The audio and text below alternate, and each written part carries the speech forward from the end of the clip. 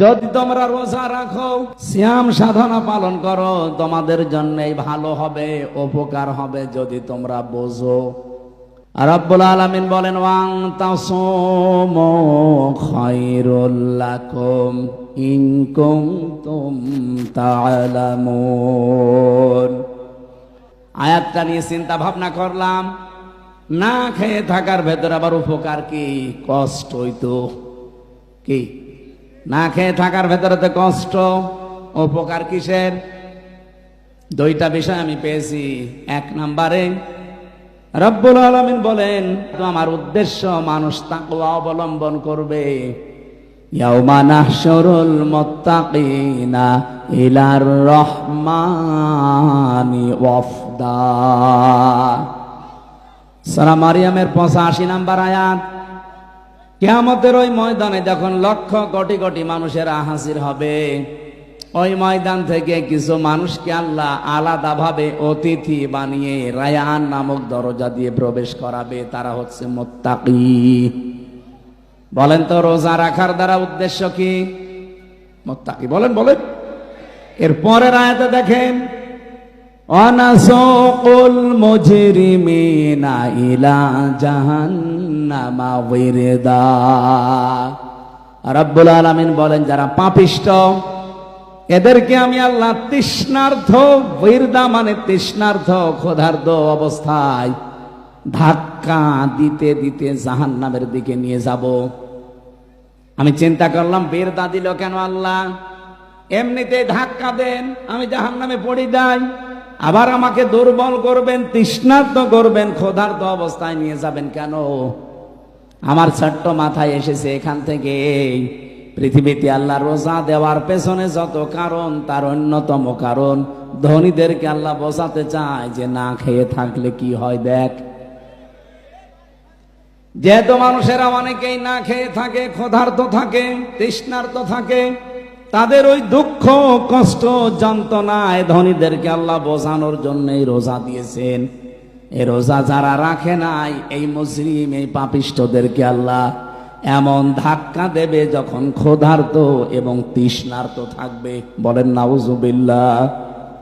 রোজা রাখার দ্বারা 3 নম্বরে উপকার যেটা, মানুষ যেহেতু মুত্তাকি হবে, দুনিয়ায় যেহেতু মুত্তাকিদের অনেক কষ্ট হয়, এই জন্য মুত্তাকি মানুষগুলো শুধু চোখ বন্ধ করতে দেরি হবে। ওয়া উজলিফাতিল জান্নাতু লিল মুত্তাকিনা গায়রা বাঈদ। রব্বুল আলামিন বলেন আমার মুত্তাকি বান্দাদের দুনিয়ার জীবন শেষ হলে ওদের আর কোনো কষ্ট নেই, এমনকি জান্নাতেও হেঁটে যাওয়া লাগবে না। উজলিফাত এ শাব্দিক অর্থ হচ্ছে নিকটবর্তী করে দেবে আল্লাহ। আপনাকে জান্নাত ডাক দিয়ে কাছে নিয়ে তারপরে ঢোকাবে, আপনাকে হেঁটে জান্নাতে যাওয়া লাগবে না। গায়রা বাঈদ, দূরে থাকবে না। জান্নাত আপনার একেবারে কাছাকাছি আল্লাহ পাক পৌঁছিয়ে দেবে। জান্নাতের নিয়ম হচ্ছে জান্নাতের কোনো দরজা বন্ধ থাকে না। হাত্তা ইযা জাউহা ওয়া ফুতিহাত আবওয়াবুহা ওয়া ক্বাল। এই আয়াতটা আমি সেলখানায় যেয়ে বুঝেছি। এর আগে আমি বহু তাফসীর পড়েছি, আলেম যারা আছেন তাদেরকে বলছি। এবার আপনারা হয়তো এটা জেনেছেন কিনা আমার জানা নেই। জেলে যাবার পরে আয়াতটা আমার কাছে ক্লিয়ার হয়েছে এইভাবে। আল্লাহ পাক জাহান্নামের যত জায়গায় বর্ণনা দিয়েছেন কোরআনে, জাহান্নামের দরজাগুলো বন্ধ থাকবে এই কথা আছে।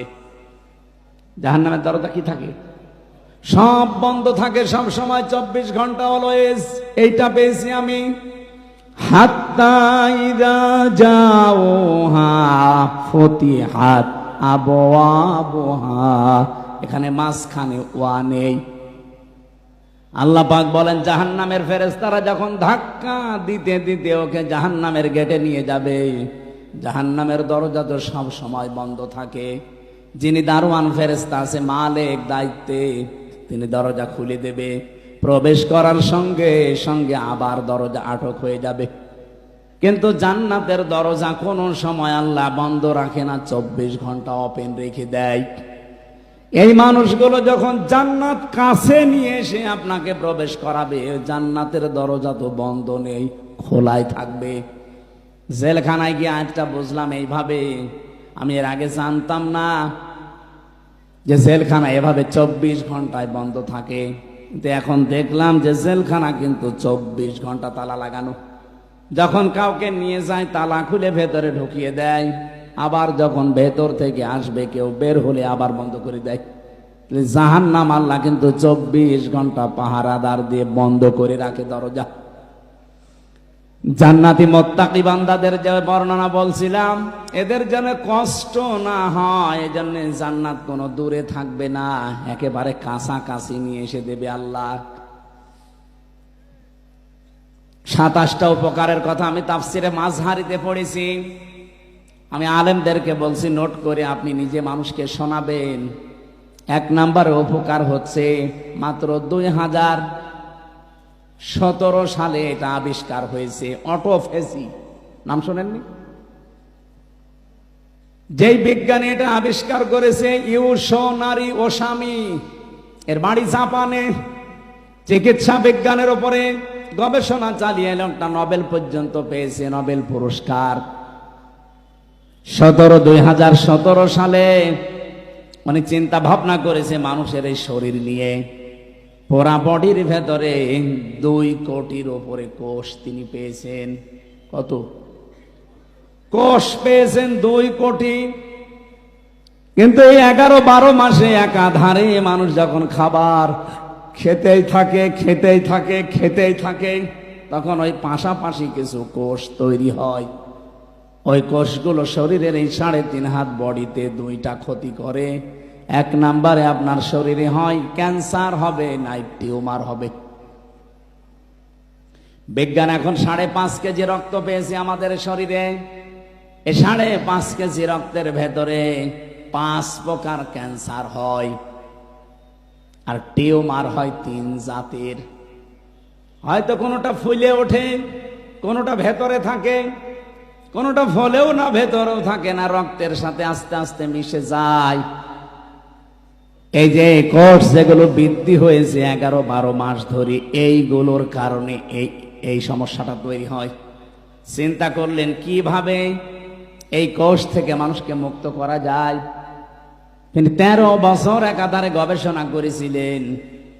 সর্বশেষ তার গবেষণা এটাই এসেছে যে 12 মাসের যদি একটা মাস কেউ দিনের বেলা না খেয়ে থাকতে পারে, 29 কি 30 দিন একাধারে, তাহলে আসল আল্লাহ যে কোষ দিয়েছিলেন 2 কোটি, বাকি যে কোষগুলো বৃদ্ধি হয়েছে, ওই কোষ যখন কিছু খেতে না পায় তখন ওই পাশেরটা খাওয়া আরম্ভ করে।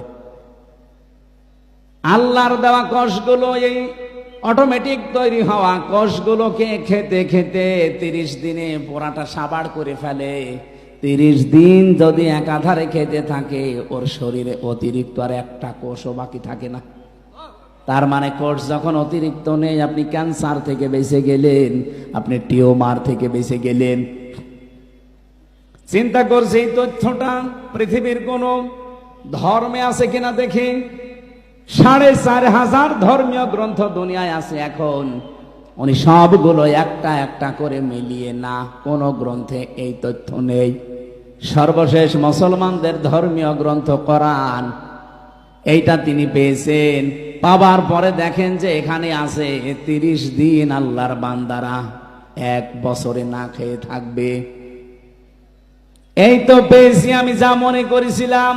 13টা বছর আমি গবেষণা করে যা পেয়েছি, মুসলমানদের ধর্মীয় কিতাবে এটা অনেক আগেই দেওয়া আছে।